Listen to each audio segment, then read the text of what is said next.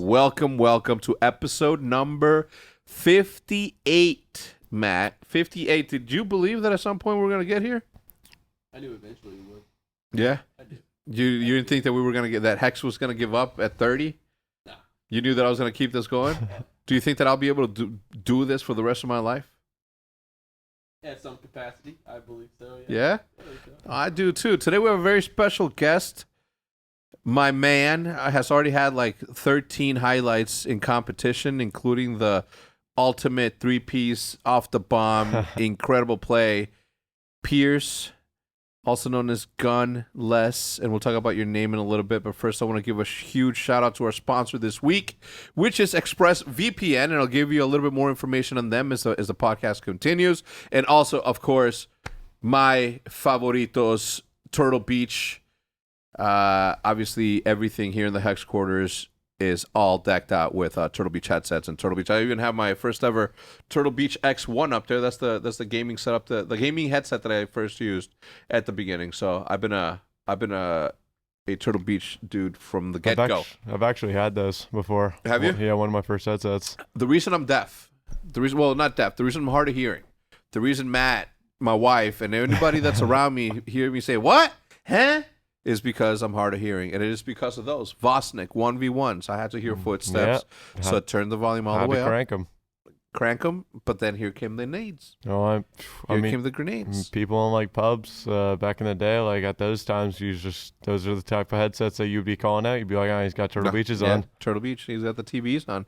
Anyway, Gunless. I wanted to get you on the podcast a long time ago, but obviously with the competition going the way that it's going, and obviously us switching over to online format because of COVID-19. Mm-hmm. Welcome. We'll do this. Yeah. And then we'll do the little. Yeah, we'll do. Listen to the thing. If you are a hand sanitizer that wants to sponsor the podcast, here we are.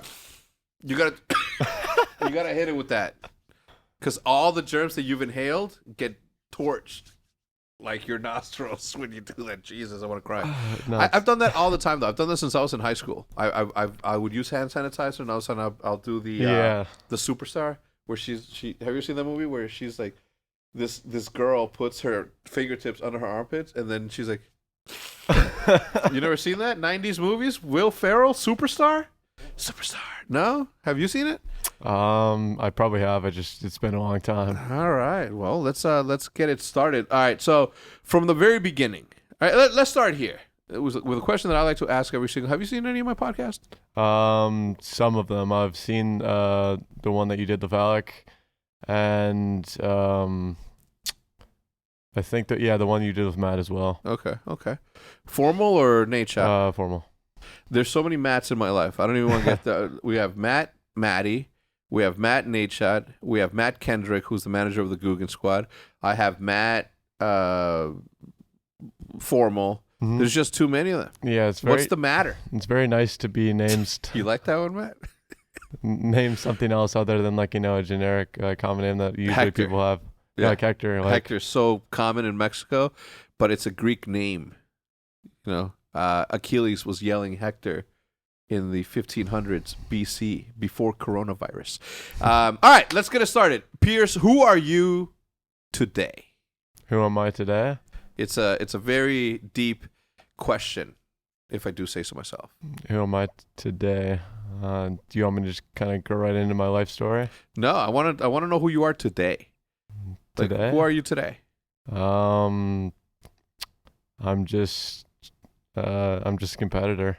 Yeah. Somebody that feeds off of, wanting to win, putting in all that time and effort every single day, day in and day out. I mean, that is who I am today. Call of Duty has given me so much in my entire life that I could never repay Call of Duty ever. And winning has just helped me so much that I just need to keep winning every single day. Yeah. To just get that feeling again over and over again. You just like defeating the enemy. Is it more about beating them and making someone lose, or is it more about you winning? I think it's about more me winning because I'm putting in, 14 to 16 hour days every single day over and over and over again. And when you're putting in that much time and effort and constantly going over your game to make sure that it's perfected to the exact, like perfection, you know, you want all of that like hard work to pay off. Like it's that, like, that 5 minutes, of pure glory when you're winning and holding up the trophy that like you're just sitting there in pure bliss, happiness. Like nothing else matters. No problems in your life matter. You're just happy in that moment. It's kind of like a beautiful moment. You hail from Toronto, Toronto, Canada. I think we had a conversation. Where was it? I think you and I were talking about attitudes. Oh, we were doing the things not to do in esports.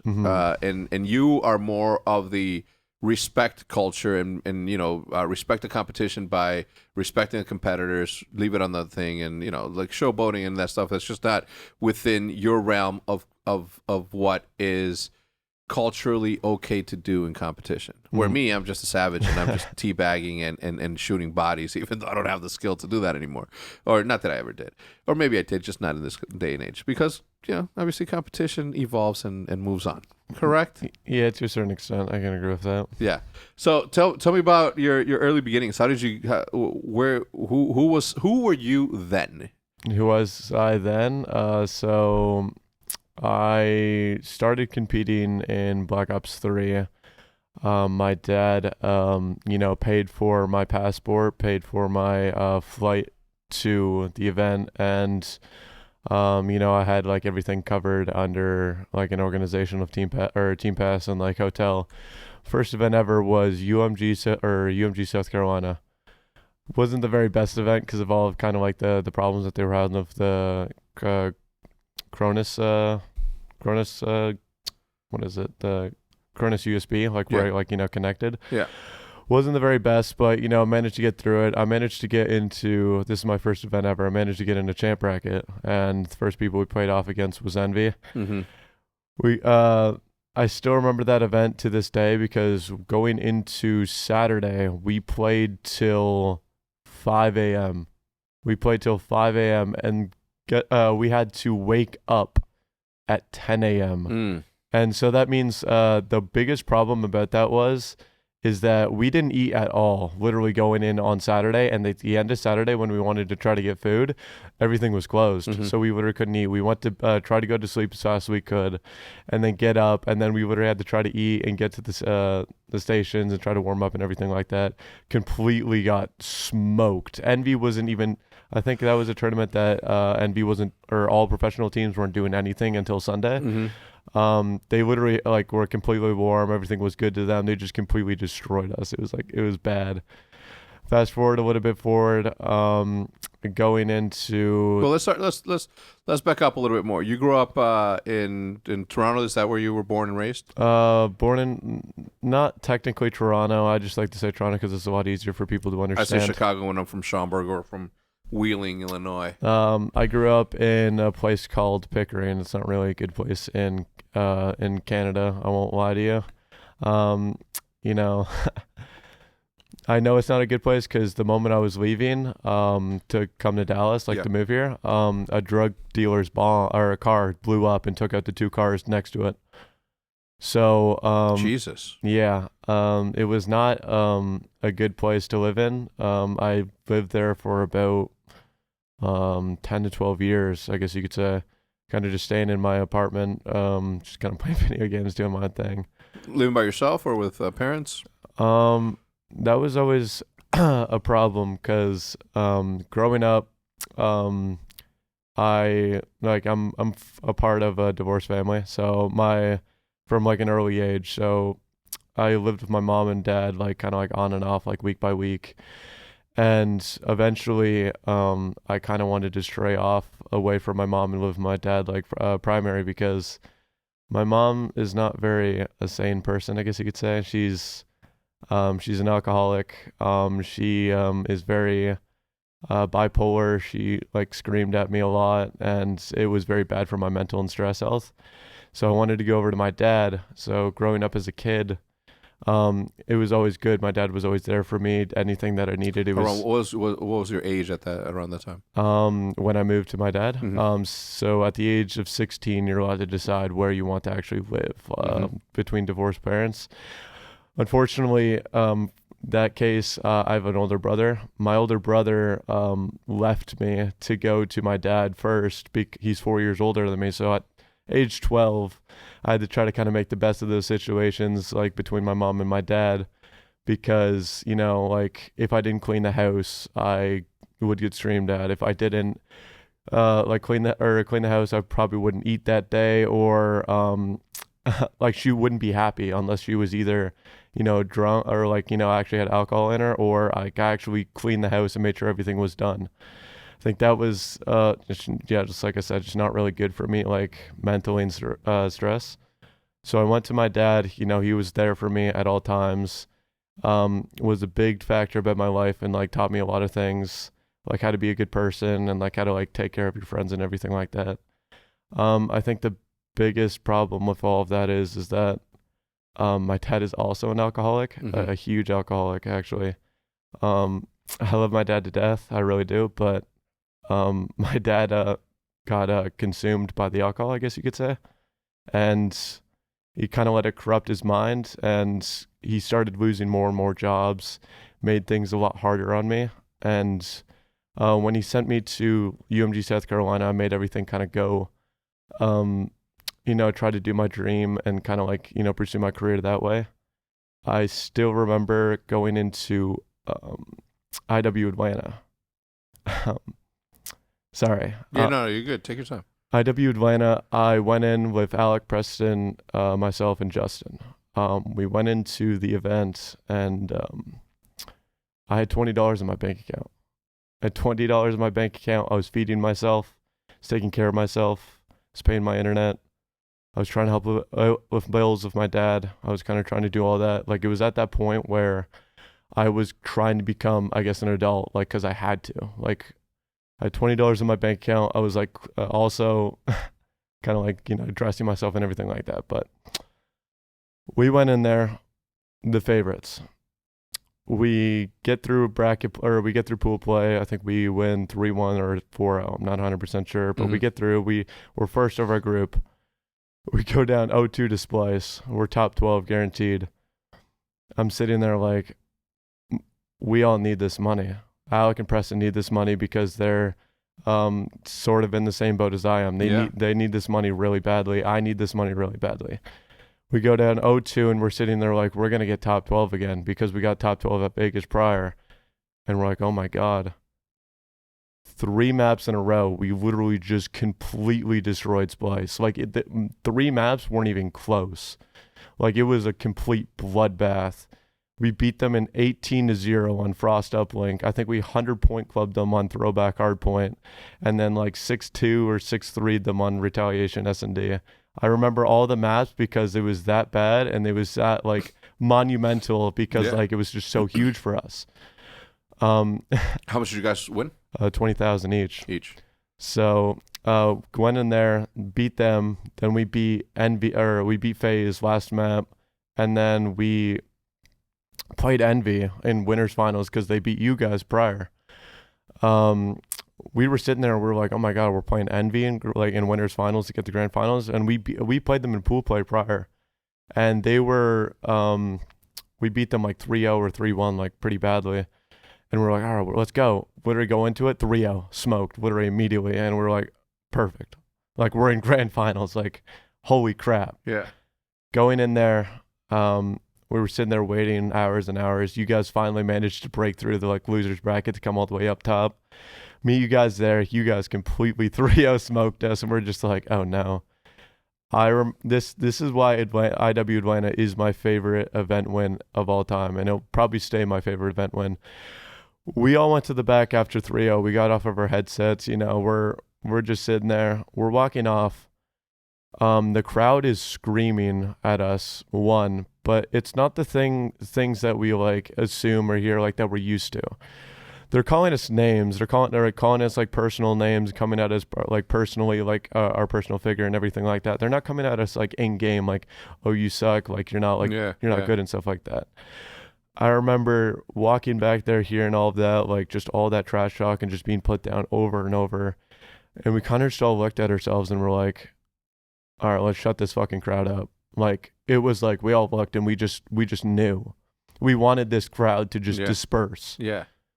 Went up and just beat, like, I dropped like 2 camos on throwback hard point, literally beat them there. And then I remember we lost the next 2 maps, and then we beat you guys on scorch hard point. Alec and me went kind of big on scorch hard point as well. And then my fucking closer, Prestini, that's what I like to call him every single time. I can always trust him on game 5.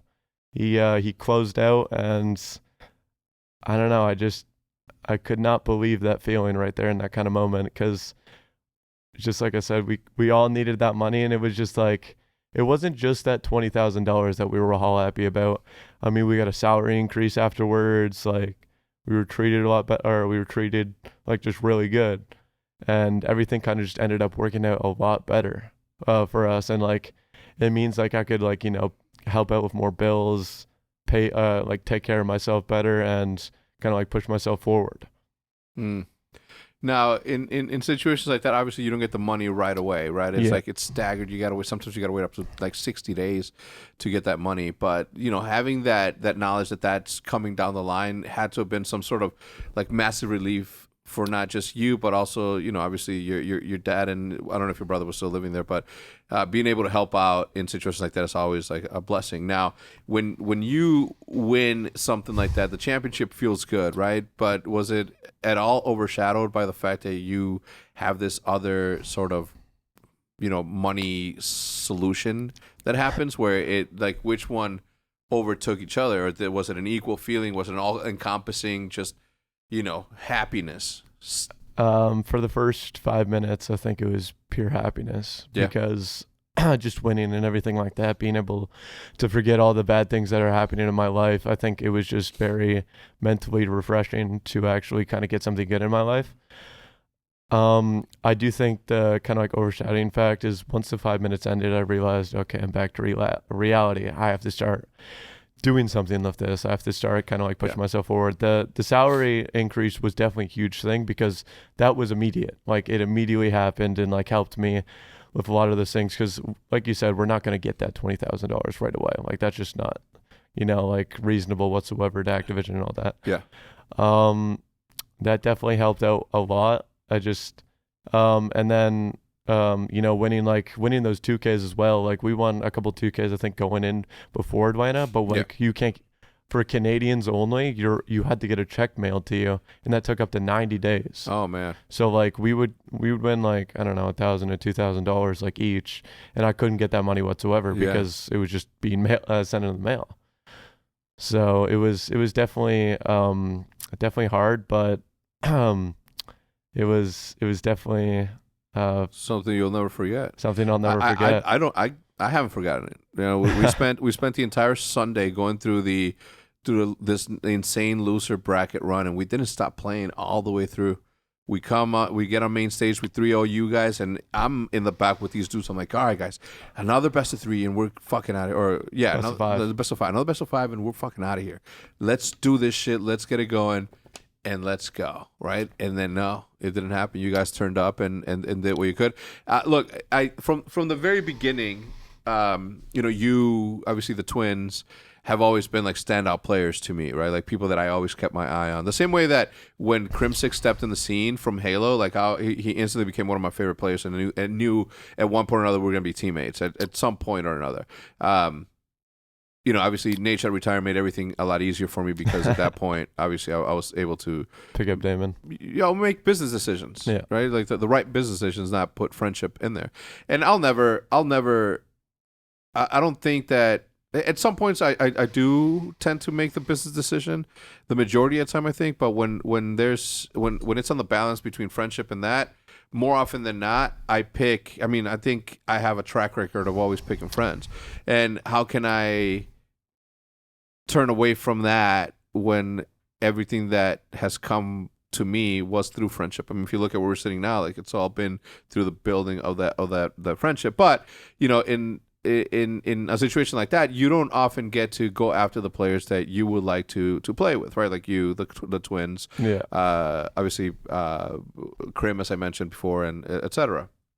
So for me, it was about that. But you guys have always been like on my radar as like people that are fucking super, super good. And now that we actually get a chance to team together, I'm gonna be honest, from the beginning, right? And you know this because you're you, right? Like everybody warned me. It's like, yo, Pierce is, not an easy dude to manage. He's not. He gets bucked sometimes, And I like that. I appreciate that because you're a strong-headed dude the way that I am. You know what you want and you try to go after it.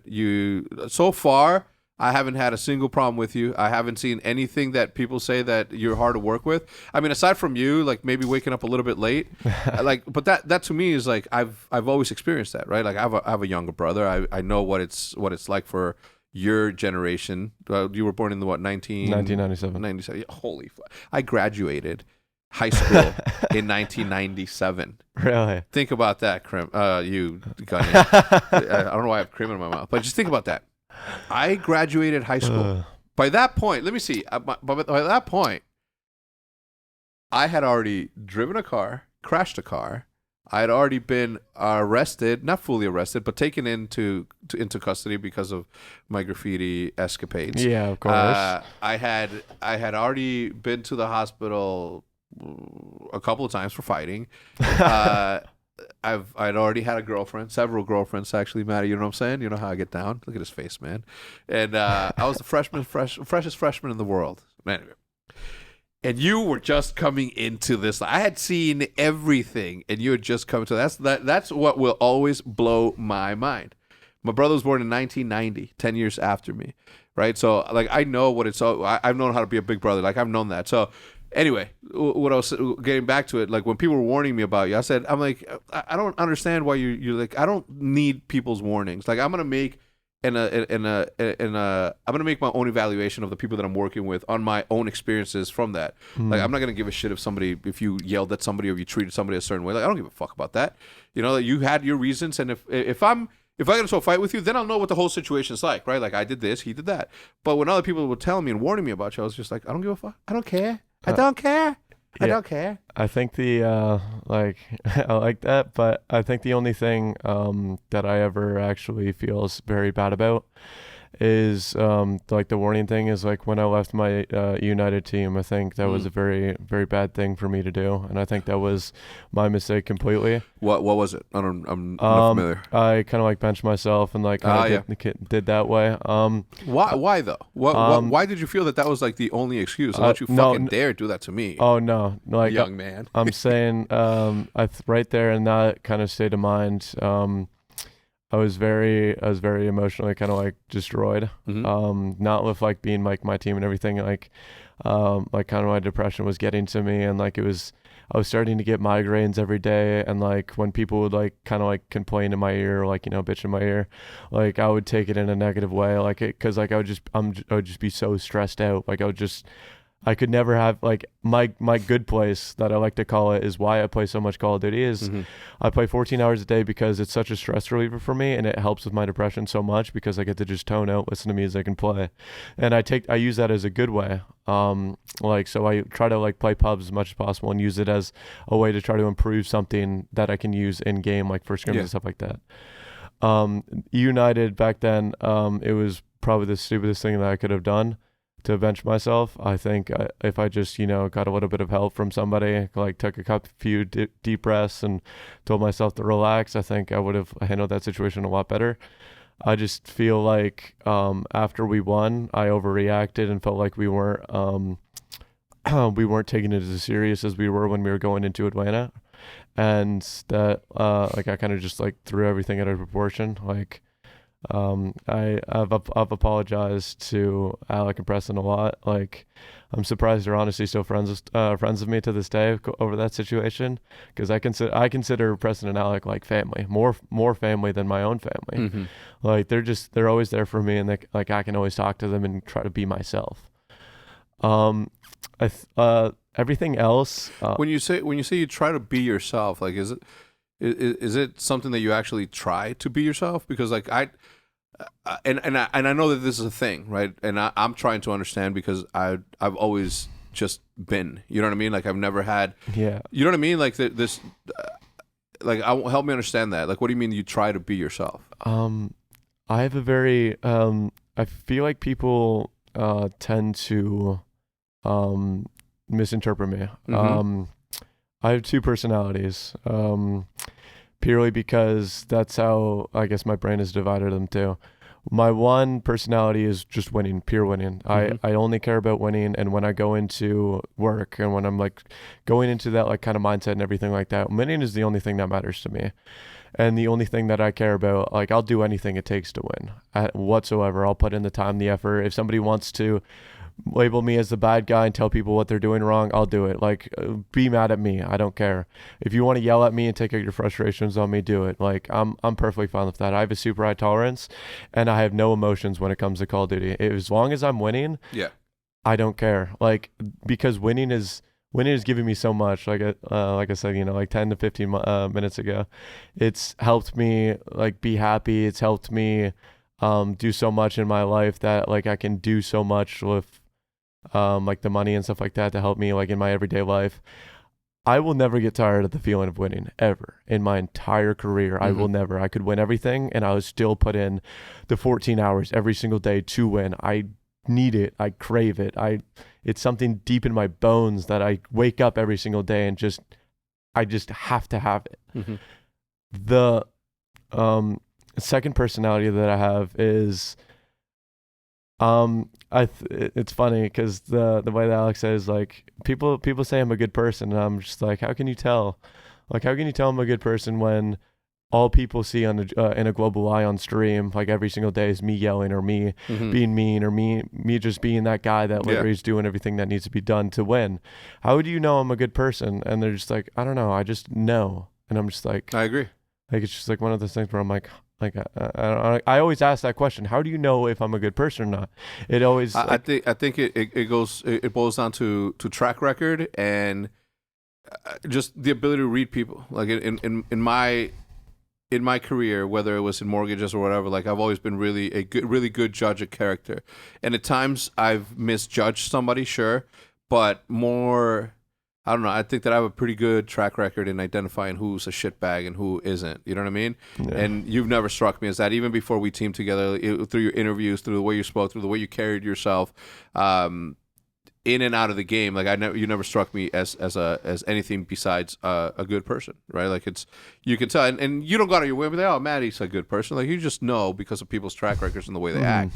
You know, like you seem like the type that would, if you're gonna order food for yourself, you would ask people if they want to eat. You know what I mean? Oh yeah, that's Matt yesterday ordered fucking pizza and didn't tell anybody here. Really, there's nobody here, really.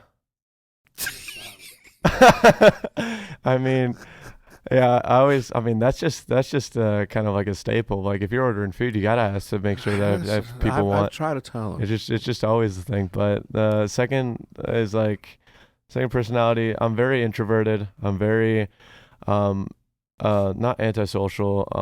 You're an empath. I like socializing with people and I like actually talking to people and getting to know people. Yeah. It's the reason why I actually like streaming so much is because I get to meet new people and get to talk with them, get to see reoccurring without faces. having their energy just sort of been thrown at you and messing with your own energy. Yeah, like I literally I only know about empaths because Judith is an introvert as well, and she reads a lot of empaths and shit. You know, like, I don't know. She says that I could be classified as a narcissist, and I'm saying I'm not a narcissist.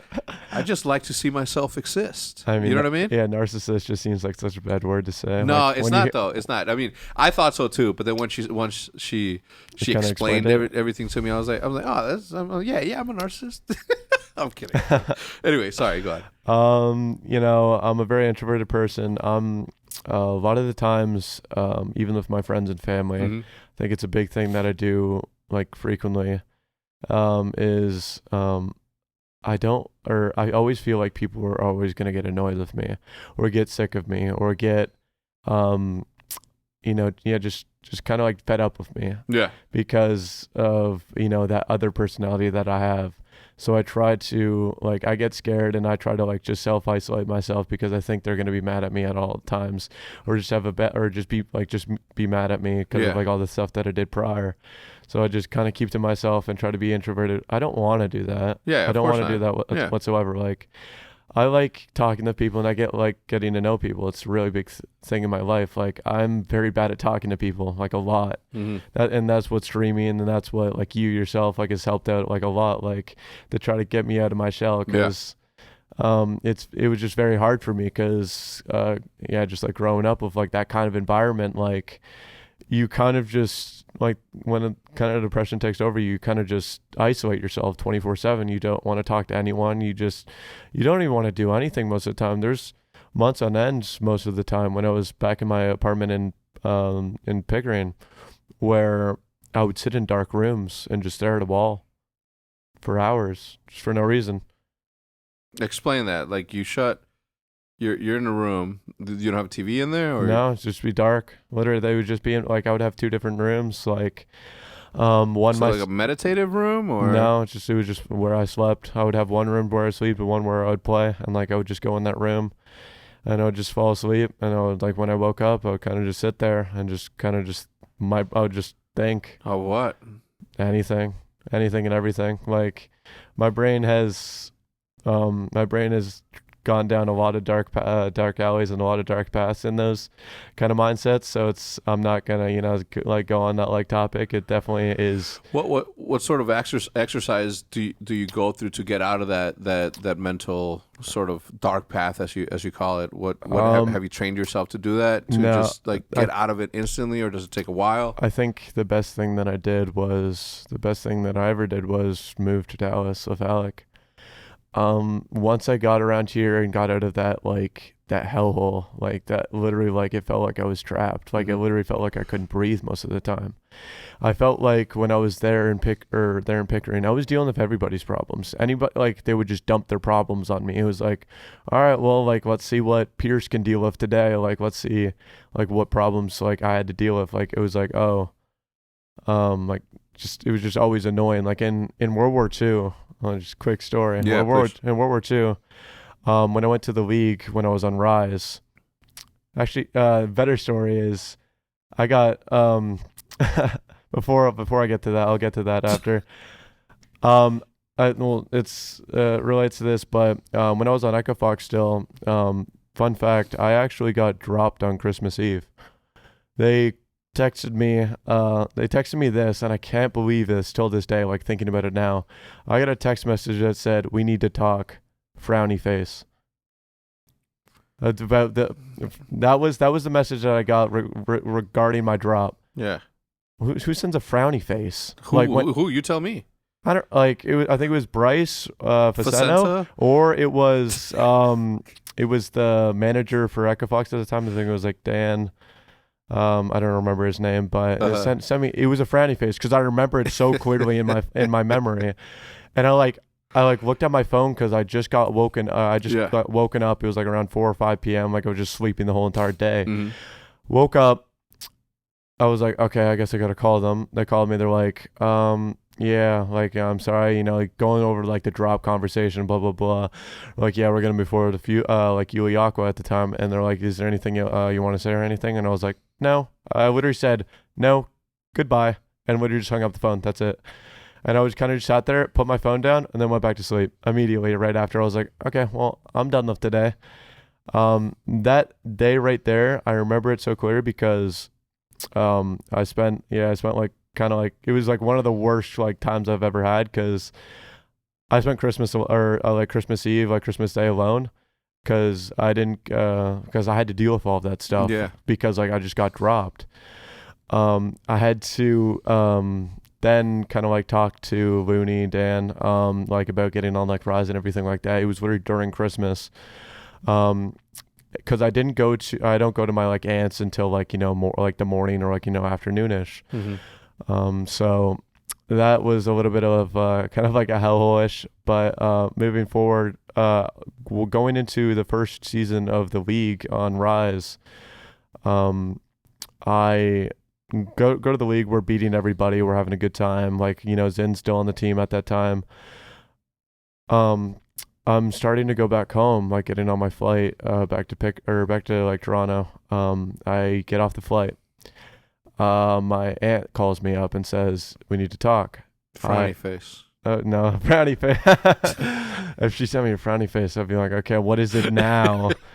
But like, I call up my aunt. She says, you're almost evicted from your apartment. I said, sorry, what?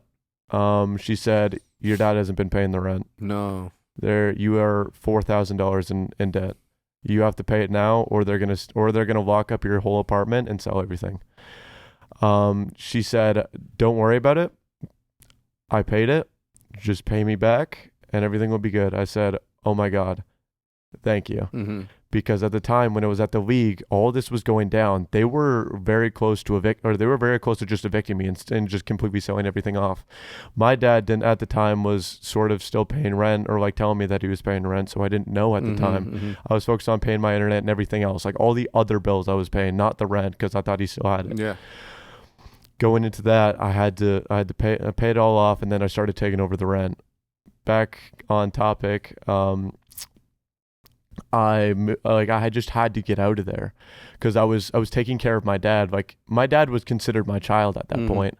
I had to pay for food, like for him if need be. There was times where he would just not show up to the apartment whatsoever. For months on end, I wouldn't see him just for no reason. Where would he go? Did they tell you? He would go to his girlfriend's place, and his girlfriend just took care of him at all. Like, it was just kind of like one of those relationships that he was abusing at the time.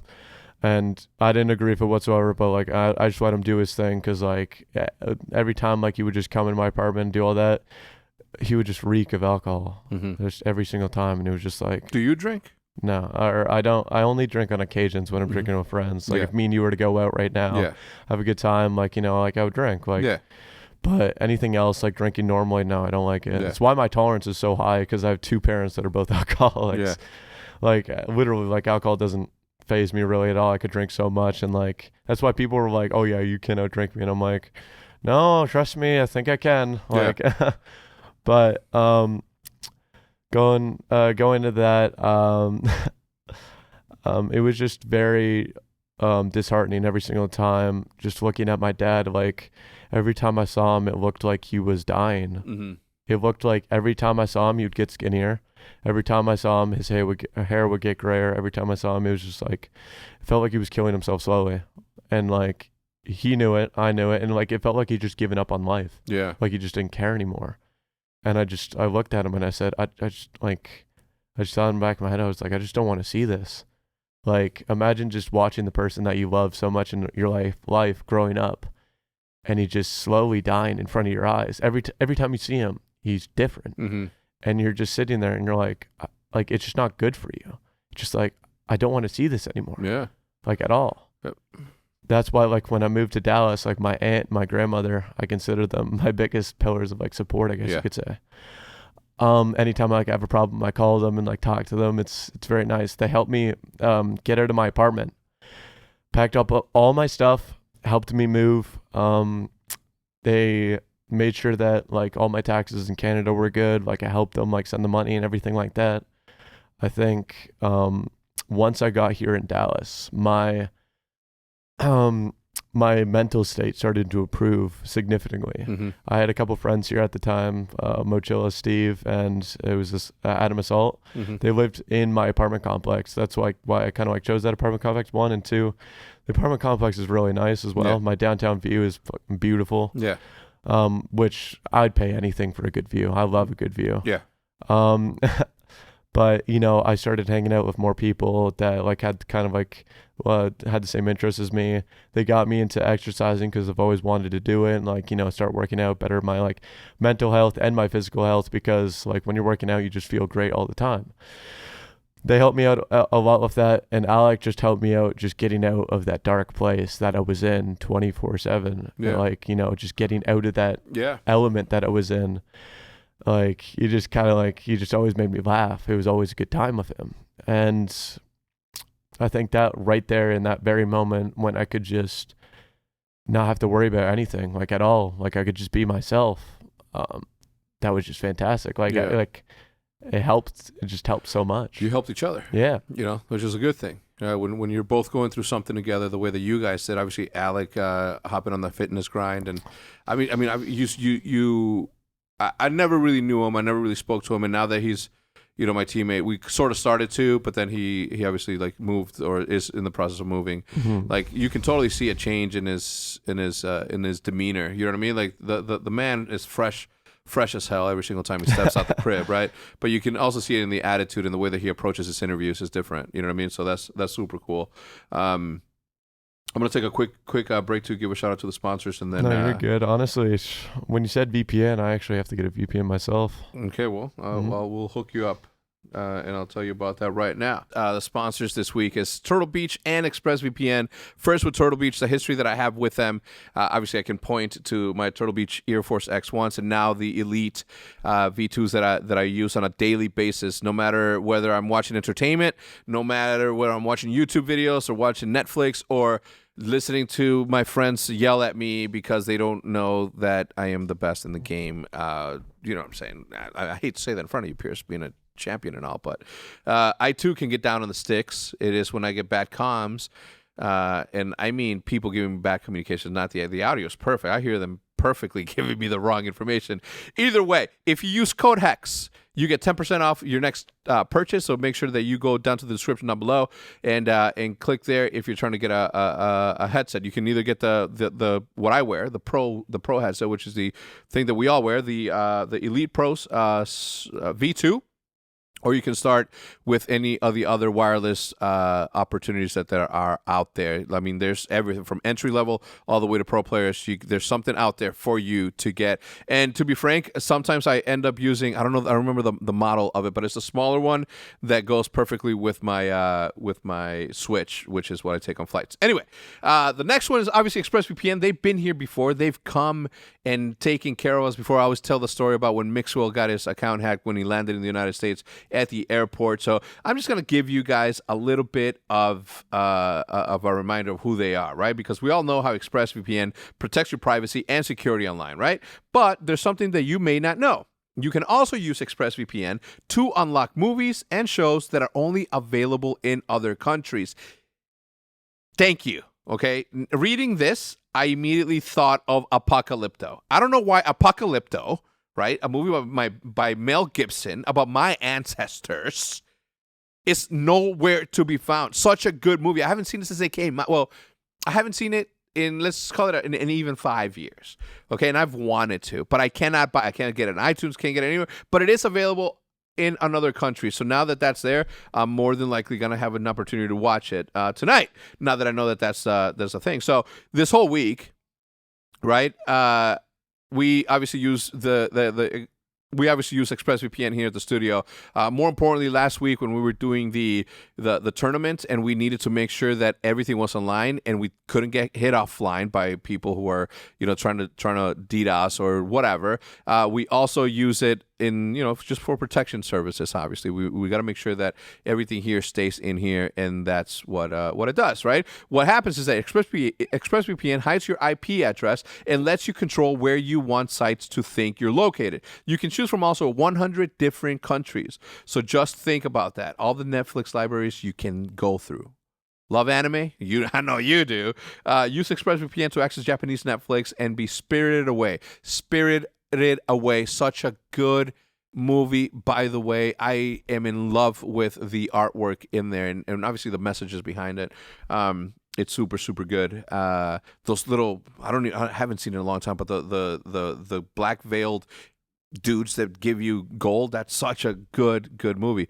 Anyway, But it's not just about Netflix. ExpressVPN works with any streaming service like Hulu, BBC iPlayer, YouTube, you name it. There are hundreds of VPNs out there, but the reason that I use ExpressVPN is, one, because that's the one that always came to mind, and two, because now they are a sponsor of the show. So it's always good to be able to have sponsors that you've already used in the past and that you support and you believe in. So ExpressVPN is also compatible with all of your devices, phones, media consoles, smart TVs, and more. So you can watch what you want on a personal device or on the big screen, wherever you are. So if you visit my special link right now at expressvpn.com/Hecz, that's H3CZ, you can get an extra 3 months of ExpressVPN for free.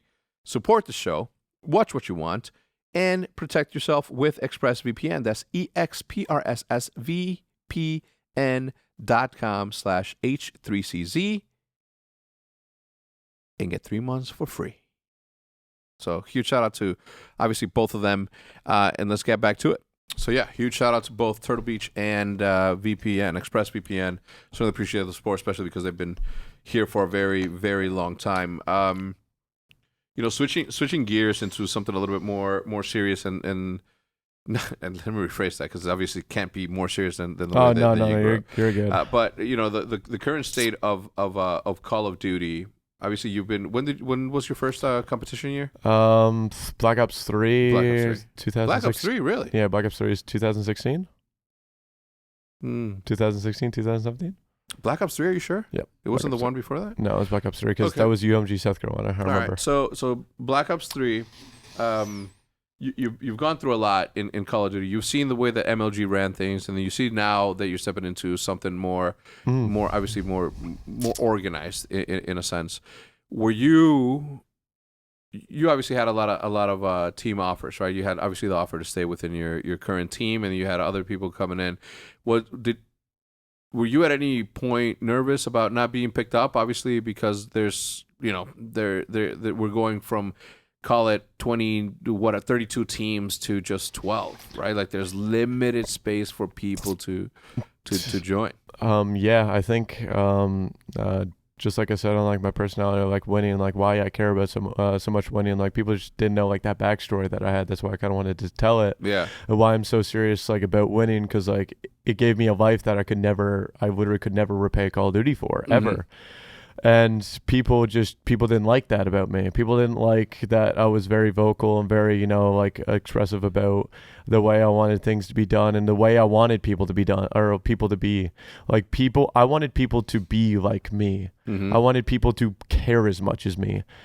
I've come to the realization that you can't force ideals on the people. You can't force people to care as much as yourself. Yeah. Since like they have their own kind of agendas and want to do stuff. It sucks. It really does suck that I can't, do that stuff, but I've come to terms with that. Like it sucks. But going into the league once like 12 teams, I thought, I was sitting there and I was talking to Alec and like he wanted to play with me. I wanted to play with him.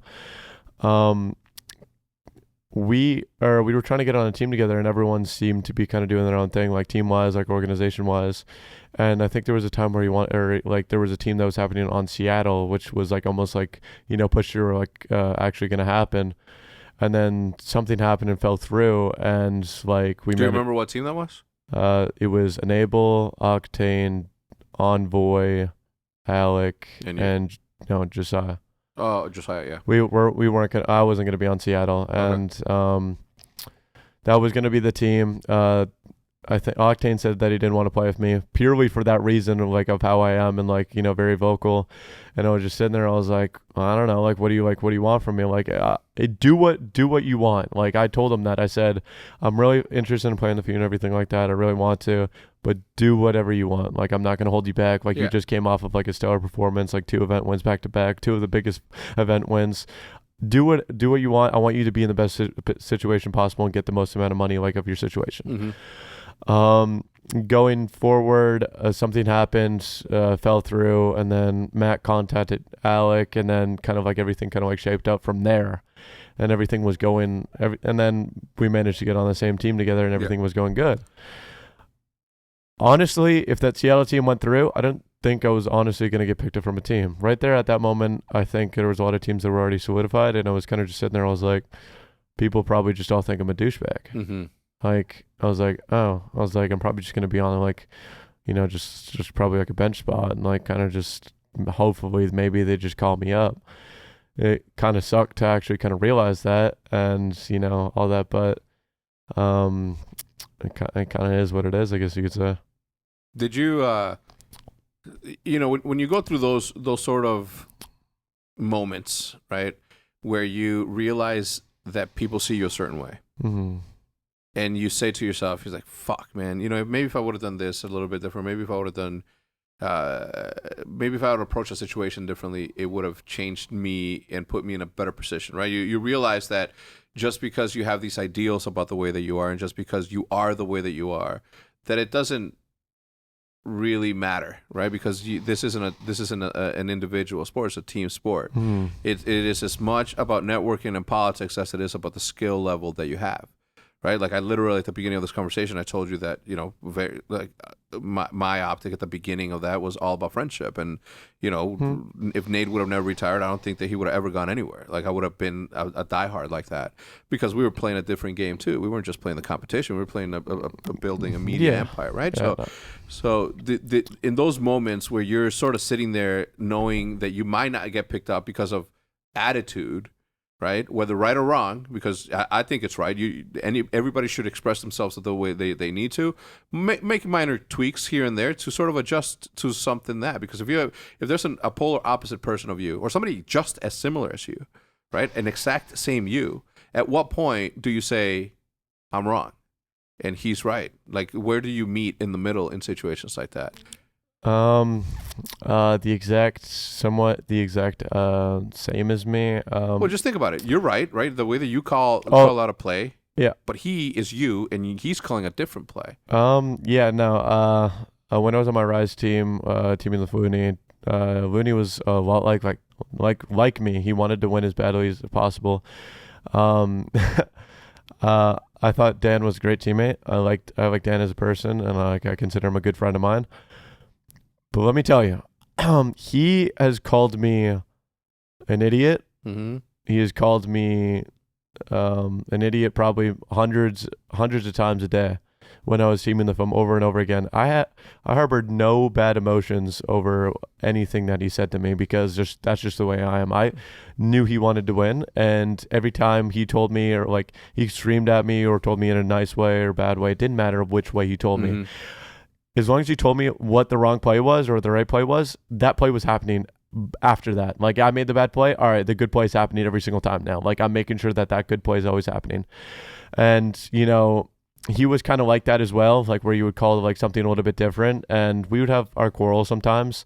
And sometimes I would be right and sometimes he would be right. And like it kind of is what it is. Like, like teams are going to go back and forth or people are going to go back and forth sometimes between each other. Yeah. And I think he was like a huge like part of like why like I started to get like a lot better and why our team was so good. And like because he would also like criticize like everybody, but he would also listen. He would get a little bit like angry when like he was wrong, but like as long as he listened and understood what like it was the right play to do and like stuff like that. Yeah. So for that, like I've already dealt with somebody that's similar to me, so it's very easy for me. Like I love it when somebody's similar to me. I actually like when people like tell me I'm wrong or when people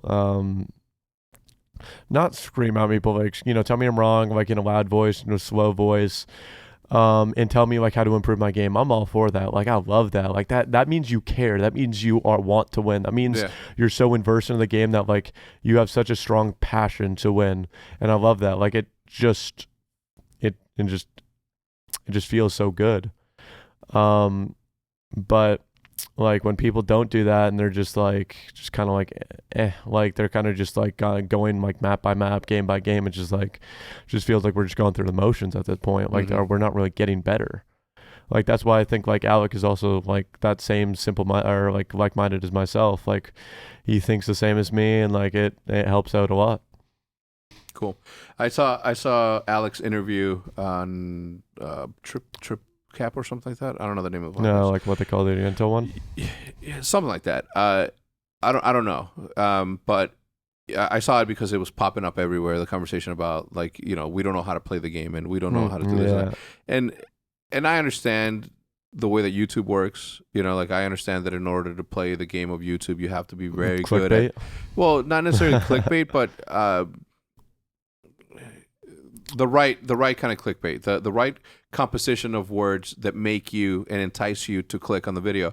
Clickbait would be like if I title this video Gunless drinks hand sanitizer, right? Like that didn't happen, right? But if we're repositioning the way that it actually happened, it's not clickbait. So I understand, right? Like they were taking the hot takes and making them the title. So I obviously started to look into it, and he said that you guys don't know how to play the game, and that the first time that you guys went through S&D was just recently, like 3 months into the league and this, that, and the other.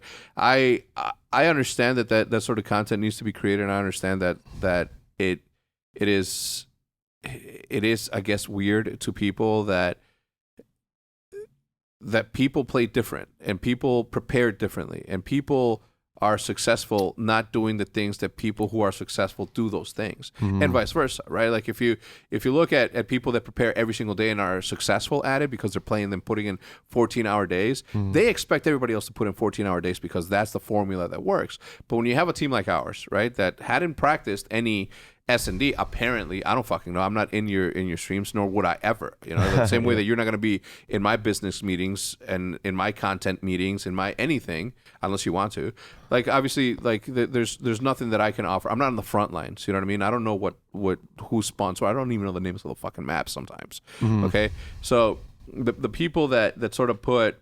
The experts I understand, the analysts I understand, the commentators I understand, like people that do that. But when fans look into this thing and just like, I got a tweet that says somebody needs to get fucking fired. You know what I mean? Like literally somebody tweeted at me telling me that I need to fire someone. One, who the fuck are you? Right? Show me your track record as to what. But I decided to take the nice guy approach because I'm a nice guy. Yeah, always the nice guy approach. You gotta hold yourself back. Not most me. of the time. No, it's not. I'm being sarcastic there. I never hold back. I feel it's a personal duty and responsibility to correct those who are wrong. So I asked my man. I don't know his name. I'm like, oh yeah, who would you fire? And I can see it. Reading his tweet, I can see that he sat there. He's like, "Oh shit, fuck. He's gonna fire somebody. It's gotta be on me." That's like formal. I think formal needs to fucking go. And I was like, I replied with laughing my ass off, sent it, and then muted it because I am not having this conversation with this dude. You know what I mean? I wouldn't even listen to any other team owners, right? That have a suggestion on how to run this team. They're not here every single day, right? Like they're not in the threads. Like they don't get it. Are they right? Maybe. Are they wrong? Maybe. I don't know. All I know is how to do what I do. And that's allowing you guys, the players who are in the front lines, who know the ins and outs, not only of the game, but the inner workings of the team, to make the right choice and decision every single step along the way. So, having said that, and position it the way that I have, what constitutes... I thought you were going to say, what the fuck? What? I could. But I truly don't. I like there's nothing that I can say or do that's going to make you play better. Like, we all know what the job at hand is. I know that you're a fucking incredible competitor, the same way that I know that Seth's a competitor, the same way that I know that, I mean, you name every single one of our teammates. Like, they are competitors and they want to win. Are they taking a little bit of liberties and not taking some stuff as serious? Surely, just as much as you not waking up on time, or Matt not waking up on time, or showing up on time. Like, those sort of freedoms that people take don't matter when the grand scheme of things and everything starts clicking. Yeah. Right. So, what the fuck? Going forward, yeah, it's definitely my bad for, showing up a little bit late to scrims. Most of the time, or it happened like 2 or 3 times, my phone just died. Like, I had an alarm on it, just I slept through it. Like, yeah, there's not really much I can do. Like, it's my bad. Like, I take full responsibility for it. There's nothing I can really say or do that'll make up for it. But going into scrims every single day, like being late, like most of the time, like being on, like I get on at 1, like, right, that's our scrim time. Get on at 1, and I'm sitting there, and like I'm like, okay, I'm here. 10 minutes go by and I'm like, lobby up? And I'm like, no. And I'm like, okay. 10 minutes more go by and I'm like, lobby up? And they're like, yeah, it just started. Like, then we get into the lobby and then the game starts by 1:30 and I'm sitting there and I'm like, why am I on time? Every single time if people, like other teams or like, you know, like all the situation and everything like I hand, like the scrim never starts at 1 p.m. It always starts at 1:30. So like, and then like I always get like called out and stuff like that for being late, like 10 to 20 minutes when I'm going to get food or like eating beforehand. So like I can sit there and play for like my like long periods of time. Like I'm not getting up from my chair other than a stretch like for 14 hours a day. Like I'm just sitting there and playing constantly over and over again. And that was just a big problem for me. It was like, I just don't understand. Like, why are you getting mad at me for like being late when the lobby's not up? Like nothing's happening. Like I'm not the last person. You guys aren't waiting on me type of deal. And do you think Call of Duty players don't take this serious enough? Obviously, like one of the main, and I was reading that Call of Duty players and pros are the only pros in the entirety of all of esports that don't take this profession serious. Oh, easily. And thus, nobody takes our scene serious. Oh, easily. I don't know if you follow the League of Legends scene at all. Sort of. I do. So, all right, there's in Korea, LCK it's called. I think there was a couple articles that were released about like kind of like their team environment and like how they are and everything like that. They only care about winning. The first thing that comes to their mind is we want to win, and the second thing that comes to their mind is okay, we'll do content now. Like obviously, like stuff like that. Yeah. They literally are on top of you 24/7. Oh, you don't want to listen or you don't want to do the things that they teach you? Guess what? You're on the bench. Guess like, oh, what, like the first time? Oh, yeah. Like you're just gone. Like just like that, like immediately. And like I'm just sitting there and I'm thinking to myself, I'm like, holy shit, I would strive in that environment. Like I'd love that. Yeah. Like holy crap, like because like that environment's just so rich and like filled of passion, just the feeling of winning. That's all they care about. Like like just putting in work a day in and day out over and over again. That's why they were so strong for so many years to come. Yeah. Until China, like the LPL, like obviously like took over and became the best region in the game. But both those regions, China or like the LPL and the LCK, like they take it so seriously. Like they should be role models literally for all esports because they literally just only think about getting better and only think about what they can do to get better and constantly are putting in the time. I think they probably have like even set times where they scrim and you're not allowed to get up from your setup until that time is done. And then you have to put in more work after that. And like if everyone in the Call of Duty scene could truly be me, I'd fucking love it. Like you'd wake up on time. I'd wake up on time every single day and be like, oh, you're putting in 14 hours a day? All right, you're getting on every single day, like getting on and like figuring out your mistakes, going over VOD and making sure that everything's done. I feed off of that. Like when people care and put it or like more passion over and over again, that's when I play better. That's when I actually play like way better. And when people are just half-assing things, I'm just like, okay, like I'm just gonna get shit on. How can you tell somebody's half-assing things? Like how can you make that determination in the middle of the game that somebody's not trying? Is it call-outs? Is it lack of call-outs? You can tell in the tone of their voice. You can tell when like kind of like trolling and like scrims. Like don't get me wrong, like I'm all for like having a good time. Love having a good time, and I like love having that little laugh, like that spree, like where like somebody gets shit on and like you can laugh at it and be like, oh my god. Like, but not when you're not when you're losing. Well, not even that. Like when you are losing, like you can have a good time, like just for that 5 to 10 seconds, and then it's like, okay, guys, back to what we're doing. Like start to focus up. Let's start doing things and like figuring out things. When I can tell people are trying is when they're taking strides and to improve themselves on the things that they suck at. A lot of pros, for some odd reason, to me, suck at communicating. I don't know why. Older generations and newer generations, it doesn't really matter. They just suck at communicating, and I've never understood that. To me, like people just can't shoot their gun and talk at the same time. It's just like guilty. It's obvious you're not a competitor. How dare you, sir? You're. I am one of the toughest. Call of Duty I'm one of the toughest competitors you're ever gonna meet. I just don't have the skill to match my intensity as a competitor. Oh, okay. Two different things. If it was Call of Duty 2, like I'd pick you up first round pick, just so you know. Yeah, I mean, I wasn't the best at Call of Duty 2 either. It's just, but I like competing and I hate losing. Yeah, like and when I win, I want to see others lose. It ain't just about winning, It's I want to see somebody lose. It's that. I just find it incredibly amusing how different personalities sort of clash in game, yet on the right moment at the right time they come together to complete opposites come together to make something like awesome happen and win a game. What, magical? Yeah, it's a magical. Yeah, sure. It's sometimes it's nothing short of a miracle. Sometimes it's nothing shorter than a magical moment that allows you to win the game. The optic van, right? Like that was a moment in time where magic happened and a stoppage happened, and that flag didn't get delivered. You know what I mean? That moment, like those moments. Yeah. Those moments are what make things happen. But back to the point of it, it's not just because obviously, like I know who on my team is either late. I know who on my team is either trolly or whatever. I know that, but is it across the entirety of all Call of Duty that the people are just saying, Call of Duty pros just don't take this thing serious? Yeah. And what would it take? What would it take? Because obviously, like what would it take? Finding people? Like finding people. It's like people that already have money. It's like, what's the point? Yeah. It's like, well, I'll find a lot, right? Because I will do. If I get a $75 ticket for speeding, you just don't care. Not right. But if somebody made that ticket way more, then it would matter. I would do the same thing.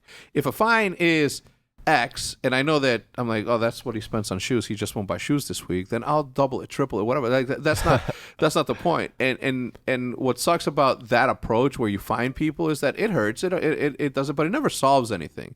Until that person, until you're able to talk to somebody and come to an agreement to where you're both understanding of the situation, and you're both are willing to say, you know what, I fucked up. You're right. You know what I mean? Like I fucked up. Until that person is willing to accept the fact that they are the problem, no amount of money, no amount of fine is ever going to correct that until it's corrected up here, and they want that self-improvement to happen. Yeah. So I always find it like a waste of time to find people. Is it fun to charge people $250 for me to throw out their garbage? Yeah. Does it hurt them? I don't know. But at some point or another, they'll get trained to not be that way. They'll get trained to be like, you know what? It's not about the money, but it is fucked up that I'm going to leave my trash out to have Hecz pick it up. Yeah. You know what I mean? I'm like, you know what? He complains a lot, but he's only complaining because I'm doing something to make him complain. I hate him complaining, so I'm not going to do the thing that makes him complain. Let's see what happens then. So I don't fucking walk into a room and start complaining. I see shit that triggers me to start complaining. Yeah, people get on, or I don't understand. It always confuses me. Like, I don't know why people don't hold themselves accountable to the things that they do. Yeah. It's never made any sense to me. Like, mistakes that they made, they're like, oh, yeah, that's my bad. Yep.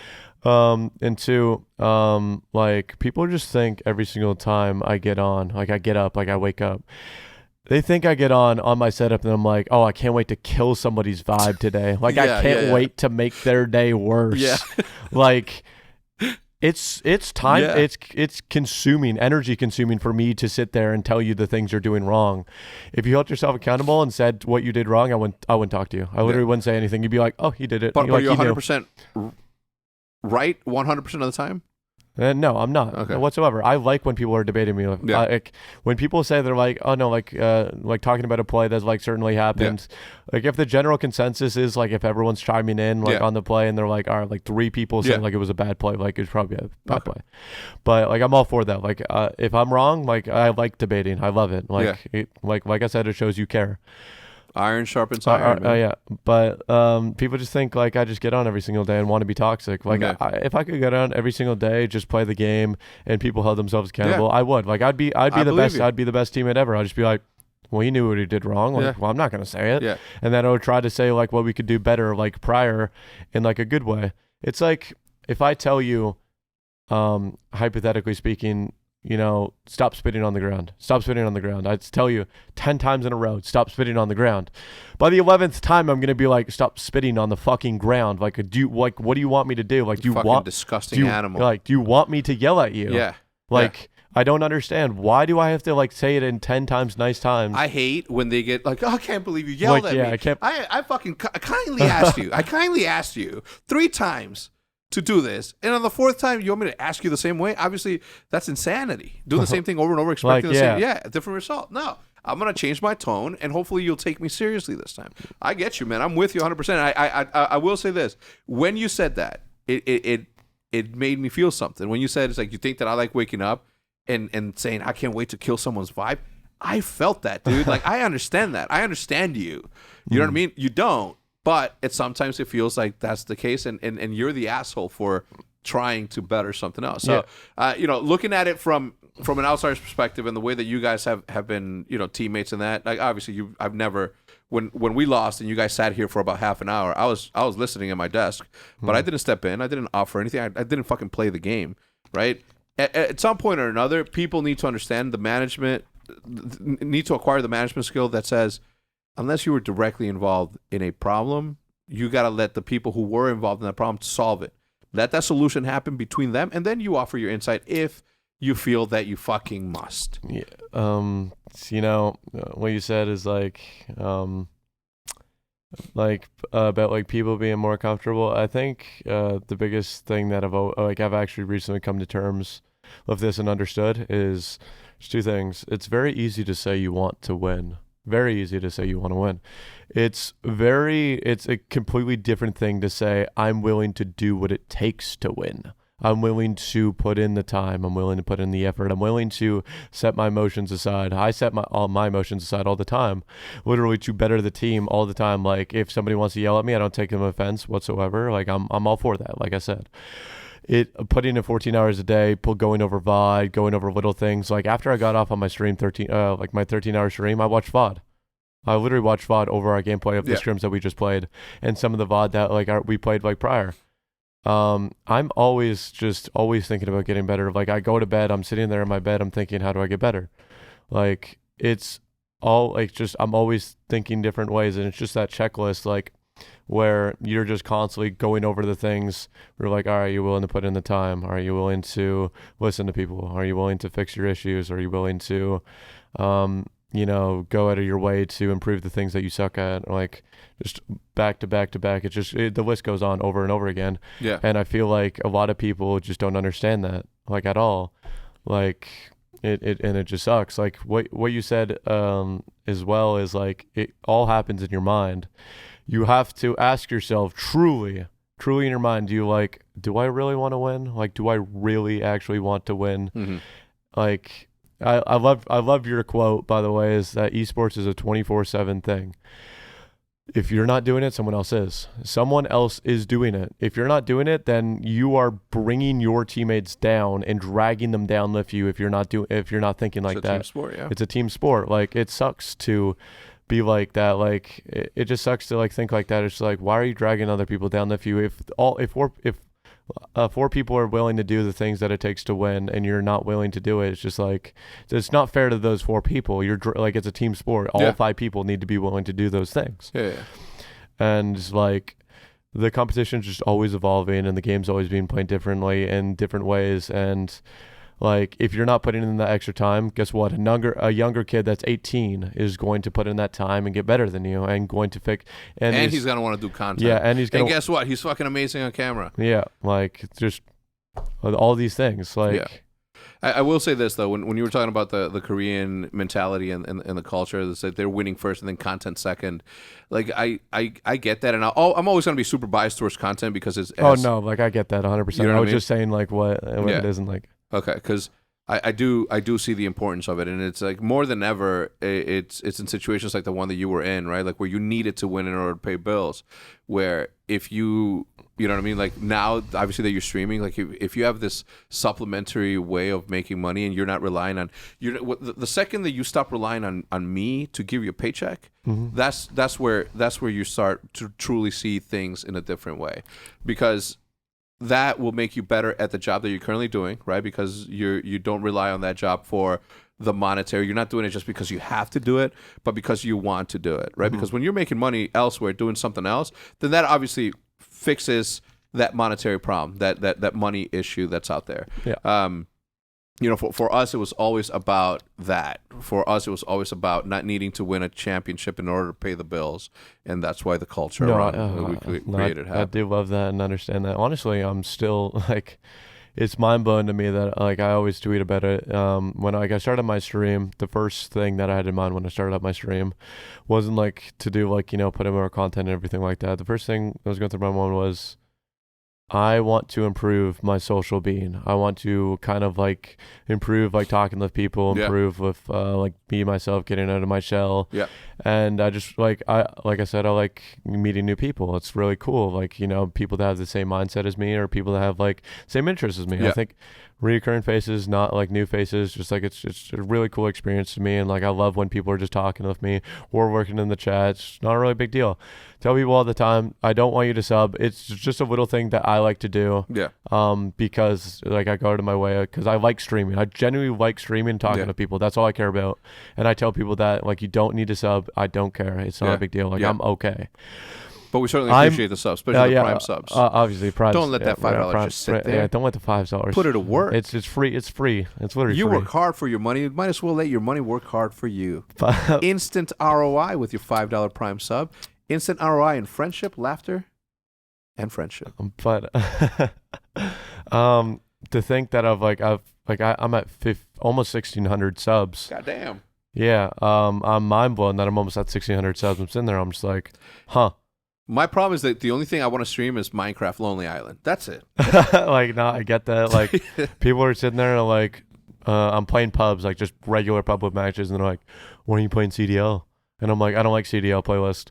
And they're like, "Why not?" And I'm just like, "I just like pubs. Like, I just like relaxing." And they're like, "I don't like that for you." And I'm like, that's care. Just I was like, yeah, that's what I like playing. They're like, "Oh, you're not playing tens?" And I'm like, "No, I just want to." Bro, the amount of people. I just want to relax and play like pubs, talk to you guys, and like listen to music. That's what I want to do. And they're like, "Why?" And I'm like, I don't know. Like that's why I want. That's what I want to do. It's yesterday. Well, I was playing with Castro and I was playing in the Warzone Wednesdays, and the amount of times that I heard him having to explain why he wasn't playing FIFA, like Jesus, poor dude, man. No, obviously not poor dude, but I was like, he handled it way better than I would have. He handled it way better than I would, because I would have been like, because I don't fucking want to. You know what I mean? Like, that's it. Simple as that. I don't want to. Don't fucking watch. Go. You know what? Ban. Yeah, that's literally. I just can't. I've done this for 10 years, and at this more than 13 years. At this point, I'm just like, yeah, I'd rather not deal with you. Like, yeah, I'd like good vibes only, man. Yeah, in my chat, I'm just like, yeah, there's a lot of other people playing tens. There's a lot of other people playing Warzone or CDL stuff like that. Go watch them. Like, like it's not a big deal to me. Like, if you're just gonna be toxic or just be annoying in my chat, like I don't want your viewer at all. Like, I'm doing this for myself. Yeah. More than anyone. Like, and you're entitled to your opinion. You're entitled to not want to watch me do this. Like, yeah. The same way that you're entitled to. Get the fuck out. Yeah, literally just get the fuck out. Yeah. Like it just doesn't make any sense to me. It's just like there's other people watching. Like, go watch them. Like, go watch that girl that said that $20 is a lot. She gets it, right? It's a $20 meal, but five is not a lot. If you're telling me that $5 is too much, it just doesn't track with me. I just can't. I just cannot. I cannot believe people like all those videos that I see on Twitter where you're asking for subs or like. I literally could never be like that. Literally, that is just like so. Out there with your tin fucking cup, like fucking play guitar or something, right? So, like, so disgusting. It's. I'm not gonna get into it because I said some really mean stuff. not just about her, like about it, that concept. Yeah, that concept. That self entitlement of just fucking bullshit. Anyway, all that aside, we're going into the Huntsmen homestand. Obviously, dude, can you imagine? Yeah, people literally come into my chat all the time. Can you imagine what would have happened at our homestand, dude? What I had fucking planned. What I had planned. You just can't make me just remember it. Like, dude, it was going to be Cirque du Soleil. I was gonna, bro. The shit. It was gonna be Alice in Wonderland. Like it was going to be just fucking. It was gonna be so awesome. No, like I've been like, I was giving away tickets to people like in on like Twitter and stuff like that. I was like, I was really happy to see everybody, like hang out with people. People were coming to my chat, literally saying like, yeah, I wanted to buy you like a beer or something out like Chicago, and I would have been like, I'm sorry, man. Like, would have been a good time, like, cause dude, like, we had a party, a rooftop party planned for like industry people. really, Like everybody, like staff and the MLG folk, like everybody from all the other teams. It was a private event. We're gonna let a couple of fans in, and it was gonna be rooftop. It was gonna be right on the fucking river. It was gonna be fucking out looking crazy. Free goddamn drinks. Don't act dumb because you're gonna get kicked out personally by Hector. He's gonna walk in and be like, "You're too drunk. Drink some water, Roger." No more of that. Okay, so it was that. It was gonna be, bro. That was just like on a Thursday, and then on Friday, Adam Apicella and Huntsmen was gonna get together, and we're gonna throw a co-party on a Saturday. I think it was going to be party goddamn city in the city of Chicago. Wasn't you guys were gonna do something? You yourself were gonna do something at Portillo's, right? Oh, dude, I was gonna. Yeah, it was. I don't want to reminisce. Anyway, so we're playing online this weekend. Obviously, we just came off a tough loss against Florida. Mental block. I don't care. Like when people are like, "What is it about them?" It's like, what was it about Team Fear during Black Ops 1 that we just couldn't beat them? We were beating everybody. Jacob was shitting on fucking everybody in Black Ops 1. We just couldn't beat Fizzerp and the Fear team. And then, I mean, you name it throughout the years. We always have. It's not a mental block. It's just a situational thing where a team counters us perfectly. I think the thing when people are just like, "What about Florida?" I just think like, they're the ones that like abuse the things that are open the most against us. I don't think it's like Florida themselves or like our mental block or anything like that. I think it's like they just like if a team did the exact same thing as Florida and like took the routes that are open against us and like did that like and we didn't bail ourselves out with like our skill or anything like that, like they would win against us too. And then you'd be like, oh, they're a mental block against us as well. It's just like one of those things where it's one like, of those things counters. Yeah, just not really. Somebody counters them like equally, man. Like it's one of those things where it's happened throughout the years, and I've noticed that every single time, every single year, like I knew who our hard counter was. I've always known it. Like I'm like, what is it? And I said, a mental block. It just happens. Somebody just counters a little bit better than the other one. So how do you think are we prepared? Obviously, you guys have been training. What's today? Wednesday? Yeah. So Wednesday? Yeah. We got 2 more days? Yeah. Okay, cool. I'll try to get the boys in shape for 2 more days. I mean, we haven't been looking good, but hopefully as the event closes in near, 2 days away, like people start carrying, start putting in a little bit more effort. Just hopefully we'll be ready. But like, it's just one of those things where it's weird to us. Like our team cares more on LAN. I don't like that mindset whatsoever. But it happens. It's a very bad mindset to have whatsoever. Like I like when people try as much as they can in scrims. Like so, go 120 in scrims and go 120 like the same on LAN as well. Yeah, I've always liked that mindset. I don't always do that mindset because, me personally, I'm a man of comfort. I need to play with something and get used to it over time and like be able to kind of get in that groove and zone and figure out the things that need to be like fixed or improved going into LAN. If like we're just not like doing that stuff like online and then we get to LAN and people are like screaming in my ear, like when people scream in my ear, like like are frantically calling things out, I'm doing 360s. I'm literally freaking out because that's just how it's like being in Warzone. It's just like not how things are like online in scrims. That's like things are calm, cool, and collected in scrims, and it literally just completely changes when we're playing in LAN, and it sucks. That's the way it is. Yeah, I understand it. I don't know why, but I understand that mentality. I can't sit down and sketch on a piece of paper unless it's on a Saturday morning. Believe it or not, if it's I'm a weirdo. Really? On Saturday mornings, and there's got to be a show in the background that I've already watched, and that's how I get into my zone to create a piece of art. You know what I mean? So if you were to tell me to draw something right now, I couldn't do it. I mean, I could, but I would have to force myself and try, and it wouldn't be as natural and organic as well. So I understand the ability to get into the zone by being in the actual zone. So it's a mental hurdle that people got to get over. That's why I respect people who do art so much. Like literally, like, and while like for anything that like people like do, like if I like commission somebody like to do like art or like do their own thing, I give them as much time as possible. Like I don't ask them, I don't hit them up, I don't do anything. Like you can't just just be like, okay, you create something right now within a week, give it to me now. Yeah. Like art, that's just not how art is. You can't push it, man. You can't push art. You can't push creativity. Something that's like just art's so beautiful. Like I love it. Like just I'm with you on that, brother. All right. I don't have anything else. Obviously, this won't be the last time that you and I speak on the podcast. I'd like to bring you back. Maybe do like you and another one of our teammates and do the triple, the threesome podcast. But that's neither here nor there. Any closing comments you wanna say? This is going live tomorrow. Closing comments. Tomorrow's Thursday. The debut. Today's Thursday. So tomorrow we play. Yeah. Today's not Wednesday.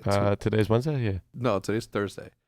Okay, I asked you like 4 times. I thought it was Wednesday too. All right, dude. quarantine, literally everything's going down. Yeah. But one thing that I have is just, where the fuck is my wife? Yeah. Where is she? Well, Where is my fucking wife? Listen, when you ask questions like that and girls out there see it, they're just gonna be like, "Fuck, motherfucker, look." You know what I mean? I'm gonna tell you one thing. I know she's hiding. I know she is. No, she's not, dude. I know she is. No, she's not. You just Yeah, gotta see, Matt gets it. She knows she's hiding. Matt does not get it. Matt gets out there. Not anymore. Obviously, he's a taken boy. Well, no, but taken boy, yeah. Yeah. But he's he knows how to approach properly with respect and make him smile. That's all you gotta do, man. I'm just trying to give my wife my bank account. That's it. That's all I'm trying to say. See, they don't want that. They don't want that? They want you to make them smile. Obviously, I'm trolling about that. Yeah. Look, I'm gonna But end this podcast. Where is my wife? I'm gonna end this podcast with a very special quote from Big Willie Johnson. Big Willie Johnson, big yeah. timer. They come for the money. I want to give a huge shout out to our sponsors, obviously Turtle Beach. Thank you so much for the years of support, and ExpressVPN for supporting the podcast as much as they do. Certainly appreciate them, and check out all their links in the description below. Pierce, all of his information is down below as well. We'll see you guys on the next one. Goodbye. Goodbye.